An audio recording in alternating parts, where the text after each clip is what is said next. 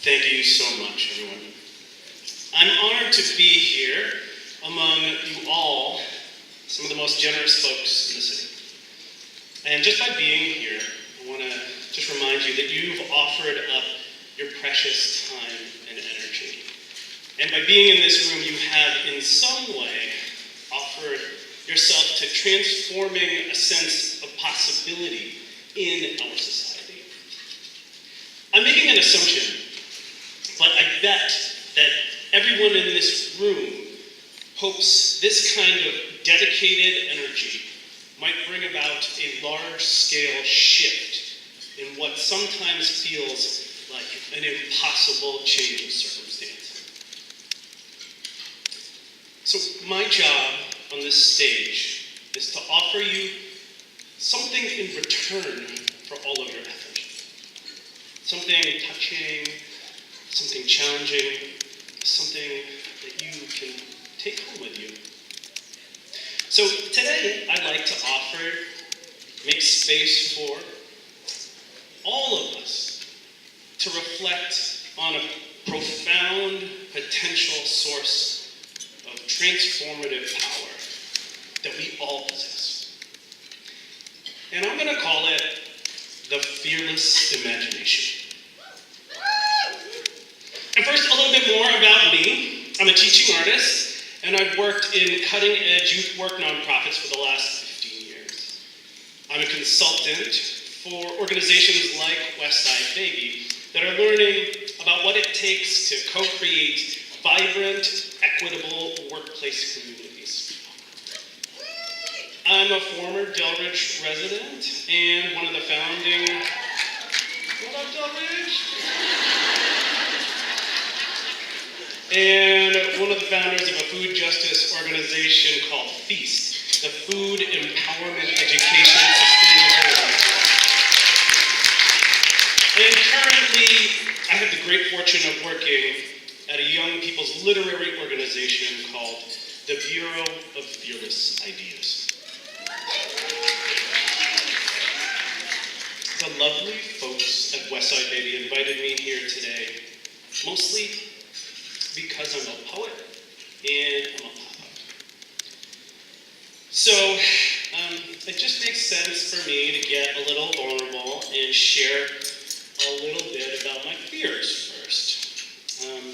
In particular, the things and ways that I've been working to imagine myself as a father.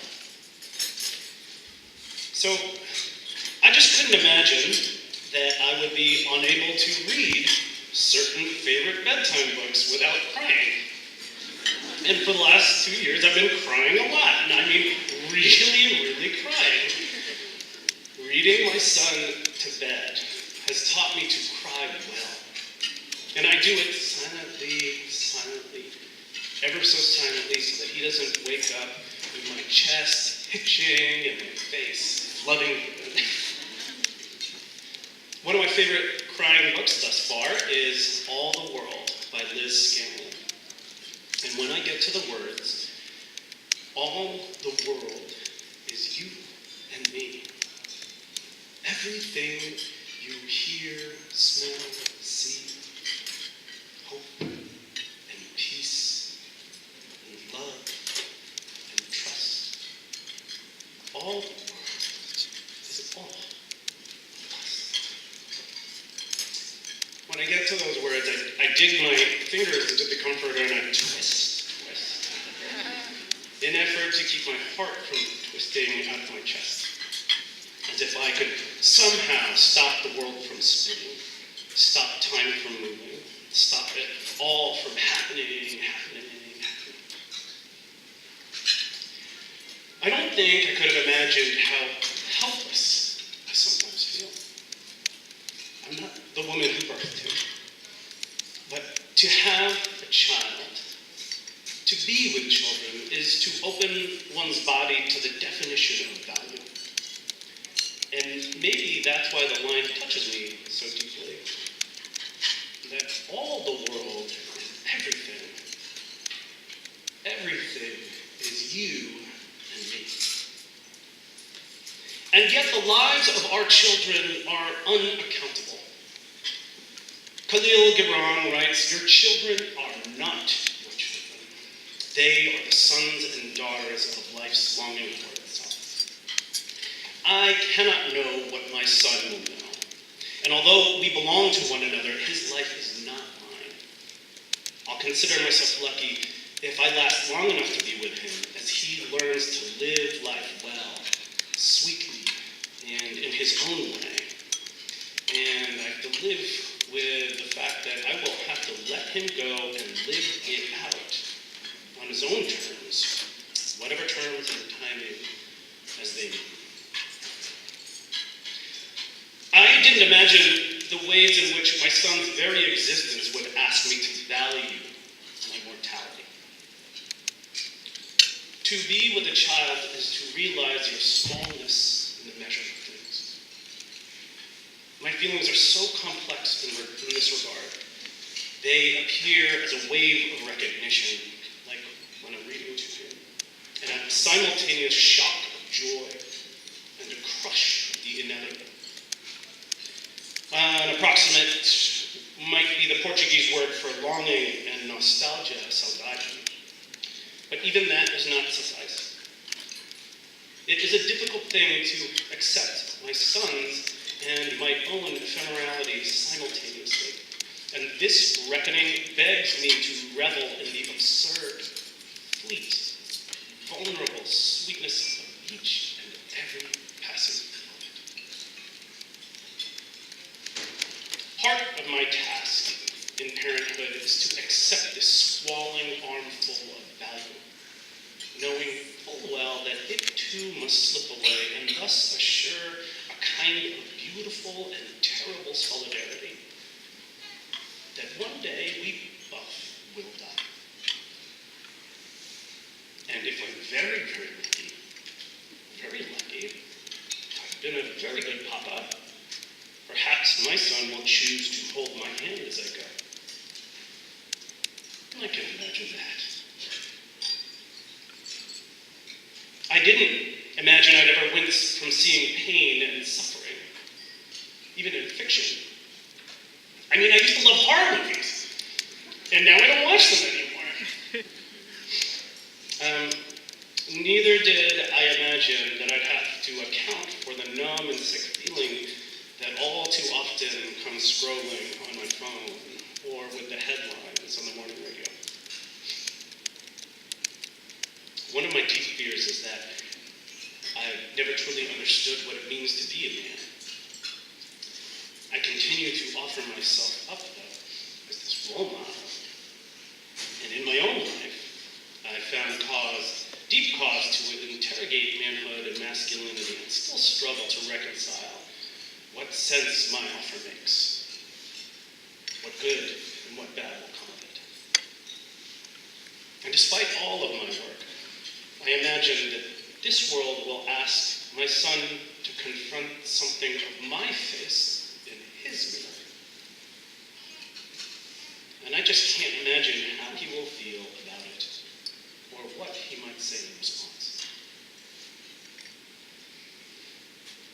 In that same way, I just shudder to think about what if he ever gets to the point where he asks me, how could things have been otherwise?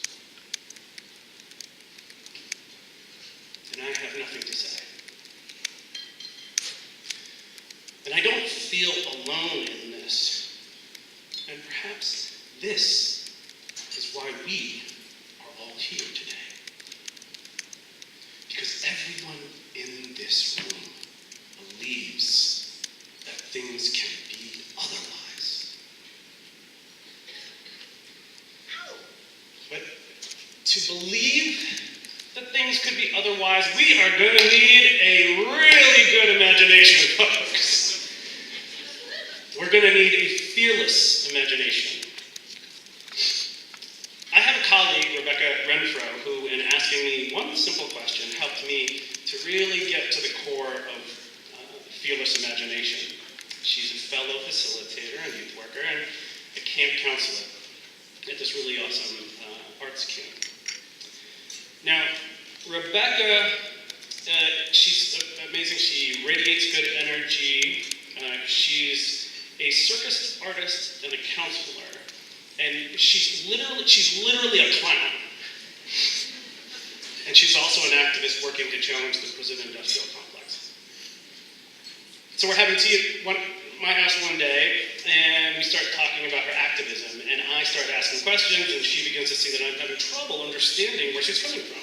And she knows I'm a poet, and she asks me with real curiosity, she says, wait, can you imagine this country without prison? I was like, oh. And so then what I did was I opened up to that question in a serious way. And it turns out that as hard as I tried, I couldn't.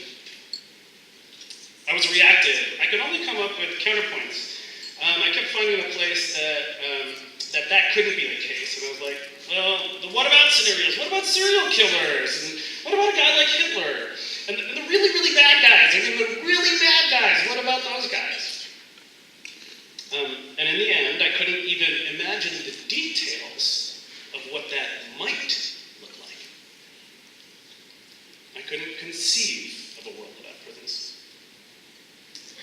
Now, interestingly enough, at the camp where we had both worked, one of the invocation stories we told our campers was about the training of elephants.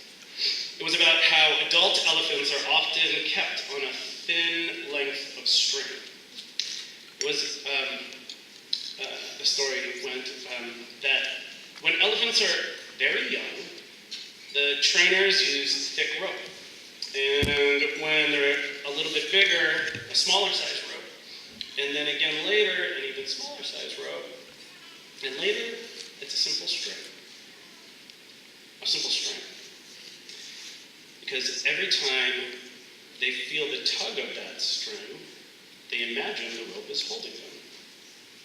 And they simply never try to break free. So, my question to you is this. What is the string holding back your imagination? Because I'll ask that again.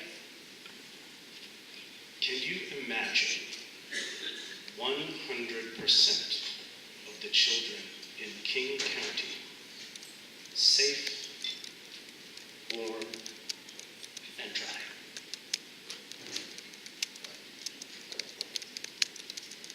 What about Washington State? What about the entire country?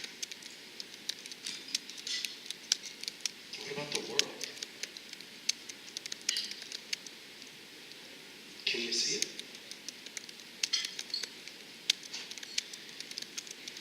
You know, and I'll have to be honest because I can't yet. I can't yet. And this is where the fearless imagination comes in. I can't. And maybe we all, well, maybe any one of us can't. Because we need all of us. We need all of us to imagine fearlessly. I need to talk to you, to know the facts that you've known, to listen to a story sing its way up from your throat, to see an image that you've seen. Because you are another whole being with a whole nother life, you will come up with things that I necessarily cannot conceive of. I just can't. So much of what was in the realm of science fiction is, in fact, now commonplace. And sometimes this stuff feels like science fiction or utopia. Utopia. Well, one of the reasons science fiction is making more and more sense is because everything we know is changing. Constant change. We're just getting to realize that more and more. And here it is, like, you're just like, look at some of your wrists, because do you remember Dick Tracy? Yeah? The talking wristwatches here, people. From artificial intelligence to CRISPR technology to quantum computing, the headlines read as science fiction. Science fiction is a way of imagining, a way in which writers bend reality not far enough to break it, but to change its shape and form and then stretch it into the future. So originally, my first example of the fearless imagination drew upon Gene Wilder's performance in the movie Willy Wonka and the Chocolate Factory. Who remembers that movie? Like, not the one with Johnny Depp. Oh, terrible. But Gene Wilder, I love that movie.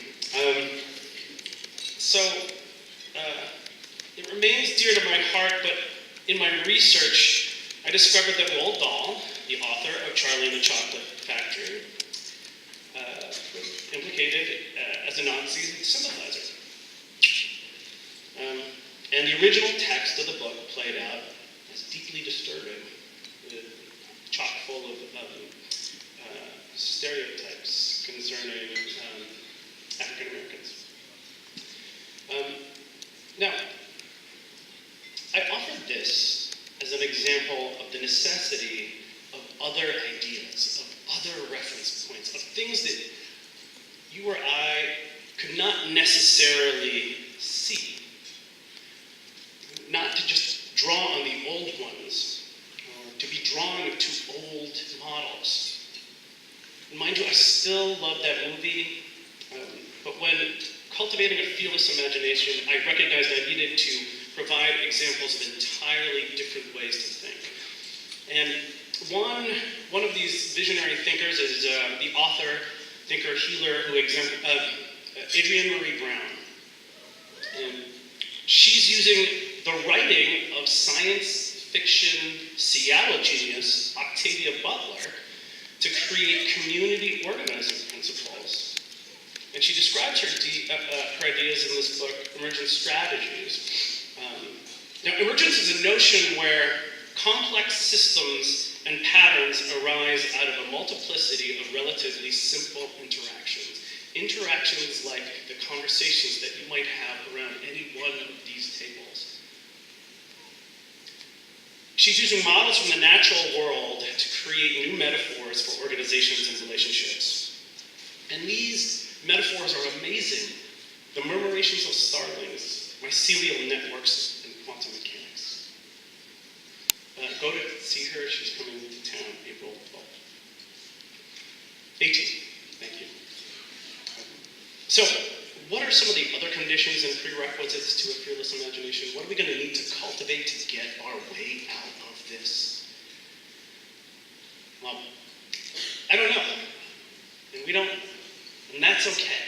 And that's part of the fearless imagination. Being okay with not knowing. But here's some of the values that I want to kick around and offer up. Collaboration. Improvisation. For instance, at Feast, we used to use the concept of yes and to create a recipe from a table of like 15 kids, where each one would say a line of the recipe, and the next one would say yes and then every voice got to the table. And maybe somebody was allergic to peanuts, and the next person would say yes, and I'm allergic to peanuts, so let's have them on the side. Every voice. A love of listening, a love of storytelling, and the deep desire and reveling in play. Consistent reflection, compassion, deep experimentation, and the willingness to fail, and fail big, which is an example of growth mindset, which is one of the things that we do really well there at the Bureau of Fearless Ideas. Humility, curiosity, and of course, hope and peace and love and trust. So this is the thing that I want you to take home with you today. And go back to where you work and take this home. How would you design institutions that support these values? Can you imagine a workplace predicated on these values? What different institutions would arise? What different physical things would we create if we lived out these values one-to-one? How would our interpersonal relationships occur differently in this imagined world? How would my relationship with my wife be different? How would I relate to my son? And what new emotions would you find there? What unexplored new feelings would arise in your heart? And what other things could we offer to our children? So, as you take this home with you, just remember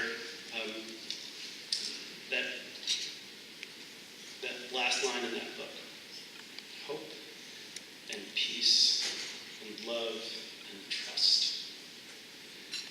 And I want you to ask yourself, imagine, what is it that embraces all of us? Thank you very much.